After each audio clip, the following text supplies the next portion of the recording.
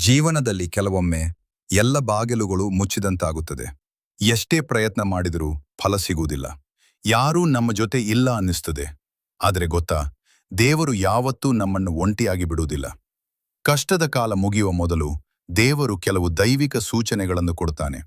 ಆ ಸೂಚನೆಗಳನ್ನು ಅರ್ಥ ಮಾಡಿಕೊಂಡವರು ಜೀವನದಲ್ಲಿ ಮತ್ತೆ ಬೆಳಕನ್ನು ಕಂಡಿದ್ದಾರೆ. ಇವತ್ತು ಕಷ್ಟದ ಕಾಲ ಮುಗಿಯುವ ಮುನ್ನ ದೇವರು ಕೊಡುವ 10 ದೈವಿಕ ಸೂಚನೆಗಳ ಬಗ್ಗೆ ನೋಡೋಣ. 1. ಅಕಸ್ಮಾತ್ ದೇವರ ನೆನಪು ಹೆಚ್ಚಾಗೋದು. ಹಿಂದೆ ದೇವಸ್ಥಾನ, ಪೂಜೆ, ಮಂತ್ರ ಇವೆಲ್ಲದರ ಕಡೆ ಮನಸ್ಸೇ ಇರಲಿಲ್ಲ. ಆದರೆ ಒಂದು ಸಮಯದಿಂದ ಕಾರಣವೇ ಇಲ್ಲದೆ ದೇವರ ನೆನಪು ಹೆಚ್ಚಾಗ್ತದೆ. ಭಜನೆ ಕೇಳಬೇಕು ಅನಿಸ್ತದೆ. ದೇವರ ಫೋಟೋ ನೋಡಿದ್ರೆ ಮನಸ್ಸಿಗೆ ಶಾಂತಿ ಸಿಗ್ತದೆ. ಇದು ಸಾಮಾನ್ಯ ವಿಷಯ ಅಲ್ಲ. ದೇವರು ನಿಮ್ಮ ಆತ್ಮಕ್ಕೆ ಶಕ್ತಿ ಕೊಡಲು ಆರಂಭಿಸಿದ್ದಾನೆ ಅನ್ನೋದರ ಸೂಚನೆ. 2. ಬೆಳಗ್ಗೆ 3 ರಿಂದ 5 ಗಂಟೆ ಮಧ್ಯೆ ನಿದ್ರೆ ಮುರಿಯುವುದು. ಬಹಳ ಜನರಿಗೆ ಗೊತ್ತಿಲ್ಲ. ಆದರೆ ಬ್ರಹ್ಮ ಮುಹೂರ್ತ ಸಮಯದಲ್ಲಿ ಅಕಸ್ಮಾತ್ ಕಣ್ಣು ತೆರೆಯುವುದು ಒಂದು ದೈವಿಕ ಸಂಕೇತ ಅಂತ ಹೇಳಲಾಗುತ್ತದೆ. ಆ ಸಮಯದಲ್ಲಿ ಮನಸ್ಸು ವಿಚಿತ್ರ ಶಾಂತಿಯನ್ನ ಅನುಭವಿಸುತ್ತದೆ. ಹಿಂದೂ ಧರ್ಮದಲ್ಲಿ ಈ ಸಮಯ ದೇವರ ಶಕ್ತಿಗಳು ಹೆಚ್ಚು ಇರುವ ಸಮಯ ಅಂತ ನಂಬಲಾಗುತ್ತದೆ. ಕಷ್ಟದ ಸಮಯ ಮುಗಿಯುವ ಮೊದಲು ದೇವರು ನಿಮ್ಮ ಆತ್ಮವನ್ನ ಎಚ್ಚರಿಸುತ್ತಿದ್ದಾನೆ ಅನ್ನೋದರ ಸೂಚನೆ ಇದು. 3. ದೇವಸ್ಥಾನದ ಗಂಟೆ ಅಥವಾ ಮಂತ್ರಗಳು ಅಕಸ್ಮಾತ್ ಕೇಳಿಸಿಕೊಳ್ಳೋದು. ಒಮ್ಮೆ ಗಮನಿಸಿ, ಮನಸ್ಸು ತುಂಬ ನೋವಿನಲ್ಲಿರುವಾಗ ಅಕಸ್ಮಾತ್ ದೇವಸ್ಥಾನದ ಗಂಟೆ ಧ್ವನಿ ಕೇಳಬಹುದು, ಅಥವಾ ಎಲ್ಲಿಂದಲೋ ಮಂತ್ರ ಕೇಳಬಹುದು. ಅದನ್ನೆಳಬಹುದು. ಅದನ್ನು ಕೇಳಿದ ಕ್ಷಣ ಮನಸ್ಸಿಗೆ ಶಾಂತಿ ಸಿಗುತ್ತದೆ. ಇದು ದೇವರು ನಾನು ನಿನ್ನ ಜೊತೆ ಇದ್ದೇನೆ ಅಂತ ಹೇಳುತ್ತಿರುವ ಸಂಕೇತ. 4. ಒಂದೇ ದೇವರ ಹೆಸರು ಮತ್ತೆ ಮತ್ತೆ ಕಾಣಿಸುವುದು. ಒಂದು ದೇವರ ಹೆಸರು ಅಥವಾ ಫೋಟೋ ಮತ್ತೆ ಮತ್ತೆ ಕಾಣಿಸಿಕೊಳ್ಳಲು ಶುರುವಾಗ್ತದೆ. ಮೊಬೈಲ್ನಲ್ಲಿ, ರಸ್ತೆಯಲ್ಲಿ, ವಿಡಿಯೋಗಳಲ್ಲಿ. ಇದು ಕೇವಲ ಕೋಇನ್ಸಿಡೆನ್ಸ್ ಅಲ್ಲ, ಅದು ದೇವರ ಕರೆಯುವಿಕೆ ಅಂತ ಹಲವರು ನಂಬುತ್ತಾರೆ. ದೇವರು ನಿಮ್ಮ ಜೀವನದಲ್ಲಿ ಬದಲಾವಣೆ ತರಲು. 5. ಕನಸಿನಲ್ಲಿ ದೇವಸ್ಥಾನ ಅಥವಾ ದೇವರ ದರ್ಶನವಾಗುವುದು. ಕೆಲವರಿಗೆ ಕನಸಿನಲ್ಲಿ ದೇವಸ್ಥಾನ ಕಾಣಬಹುದು.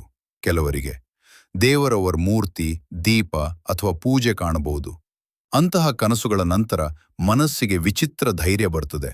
ಹಿಂದೂ ನಂಬಿಕೆಯ ಪ್ರಕಾರ ಇಂತಹ ಕನಸುಗಳು ಒಳ್ಳೆಯ ಸಮಯ ಆರಂಭವಾಗುವ ಸೂಚನೆ ಅಂತ ಹೇಳಲಾಗ್ತದೆ. 6. ಅಕಸ್ಮಾತ್ ಒಳಗಿಂದ ಧೈರ್ಯ ಬರುವುದು. ಹಿಂದೆ ಸಣ್ಣ ಸಮಸ್ಯೆಗೂ ಭಯವಾಗ್ತಿತ್ತು.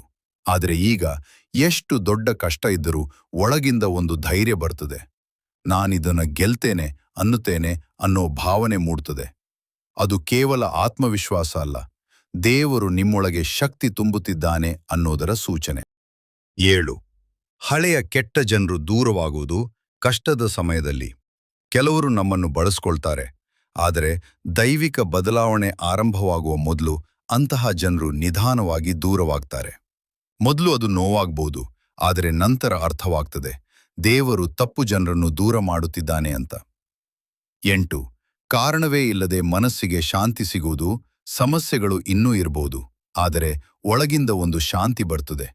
ಅದು ಸಾಮಾನ್ಯ ಶಾಂತಿಯಲ್ಲ, ದೇವರು ಎಲ್ಲವೂ ಸರಿಯಾಗ್ತದೆ ಅನ್ನೋ ಸಂದೇಶ ಕೊಡುತ್ತಿರುವಂತೆ ಅನಿಸುತ್ತದೆ. ಇದು ಕಷ್ಟದ ಕಾಲ ಮುಗಿಯುವ ದೊಡ್ಡ ಸೂಚನೆಗಳಲ್ಲಿ 9. ಪ್ರಾಣಿಗಳ ಮೂಲಕ ಸೂಚನೆಗಳು ಸಿಗುವುದು.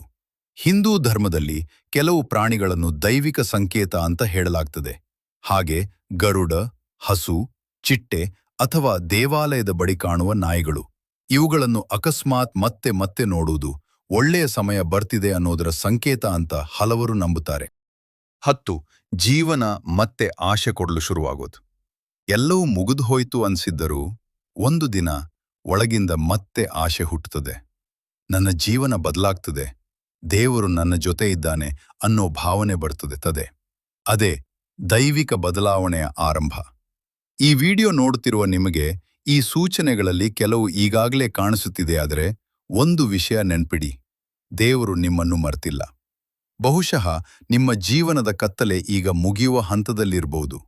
ದೇವರು ಕೆಲವೊಮ್ಮೆ ಪರೀಕ್ಷಿಸ್ತಾನೆ, ಆದರೆ ಕೈ ಬಿಡುವುದಿಲ್ಲ. ಆದ್ದರಿಂದ ನಂಬಿಕೆ ಕಳೆದುಕೊಳ್ಬೇಡಿ.